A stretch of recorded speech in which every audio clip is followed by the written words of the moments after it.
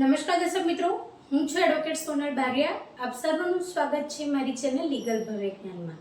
દર્શક મિત્રો, એક મિત્રનો પ્રશ્ન છે કે મિલકતનો વેચાણ દસ્તાવેજ થઈ ગયો છે અને ત્યારબાદ ખબર પડી કે તેની અંદર થોડીક પ્રોબ્લેમ છે, એટલે કે ભૂલ છે. તો શું હવે વેચાણ દસ્તાવેજ ફરી કરાવવો પડશે કે કોઈ બીજો રસ્તો છે?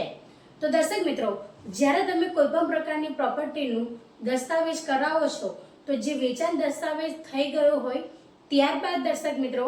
તેની અંદર ક્યારેક કોઈ કોમ્પ્યુટરાઇઝ કોઈ પણ પ્રકારની ભૂલો આવી શકે છે. જેમ કે નામની અંદર લખવામાં કોઈ ભૂલ થઈ ગઈ હોય, સર્વે નંબર લખવાની અંદર કોઈ પણ પ્રકારનો આંકડાની ભૂલ થઈ ગઈ હોય, તો આવા સંજોગો દરમિયાન તમારે ફરીથી બધી પ્રોસેસ કરવી પડે. પરંતુ દર્શક મિત્રો, તેની માટે સરકારશ્રીએ એક ગાઈડલાઈન બહાર પાડી છે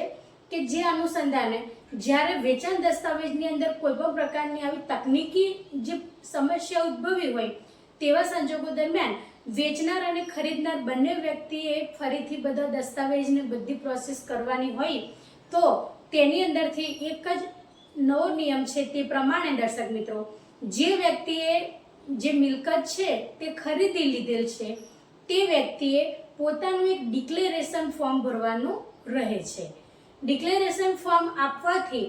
તે જે તમારો વેચાણ દસ્તાવેજ છે, જે તમે મિલકત ખરીદી છે તેની અંદર જેટલી ભૂલ છે, જે જગ્યાએ ભૂલ છે તે વસ્તુને તમે દર્શાવી શકો છો કે અહીંયા ઘડી આ વ્યક્તિનું નામ છે,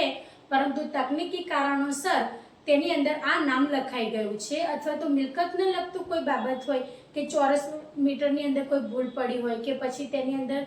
સ્ક્વેર મીટરની અંદર ભૂલ પડી હોય, અથવા તો તેનો જે નંબર હોય, સર્વે નંબર હોય તેની અંદર ભૂલ પડી હોય, તો આવો કોઈ પણ મિલકતને લગતો, પાર્ટીઓના નામને લગતો અથવા કંઈ પણ બીજી એને જે અનુસંધાને મિલકતને અનુસંધાને જે પણ બાબતો છે તેને લગતી જે પણ સમસ્યા ઉદ્ભવી હોય, જે ભૂલ થઈ હોય, તેને તમે જે ખરીદનાર વ્યક્તિ છે તે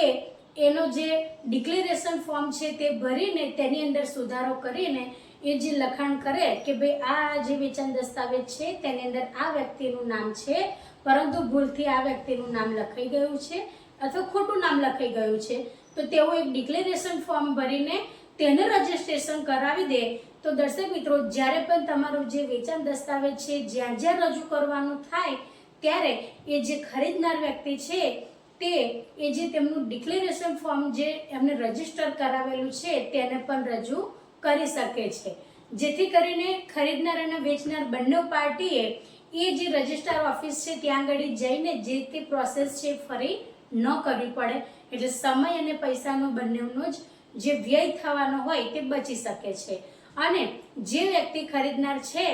તે વેચાણ દસ્તાવેજનો જ્યારે એ ડિક્લેરેશન ફોર્મ ભરીને તેનું રજીસ્ટ્રેશન કરાવી દેશે ત્યારે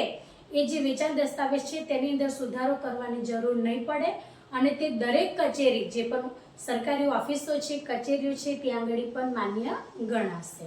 તો મિત્રો, આજના માટે આટલું જ. જો વિડીયો સારો લાગ્યો હોય તો તેને લાઈક કરજો, શેર કરજો અને ચેનલને સબસ્ક્રાઈબ કરજો. જય હિન્દ, જય ભારત.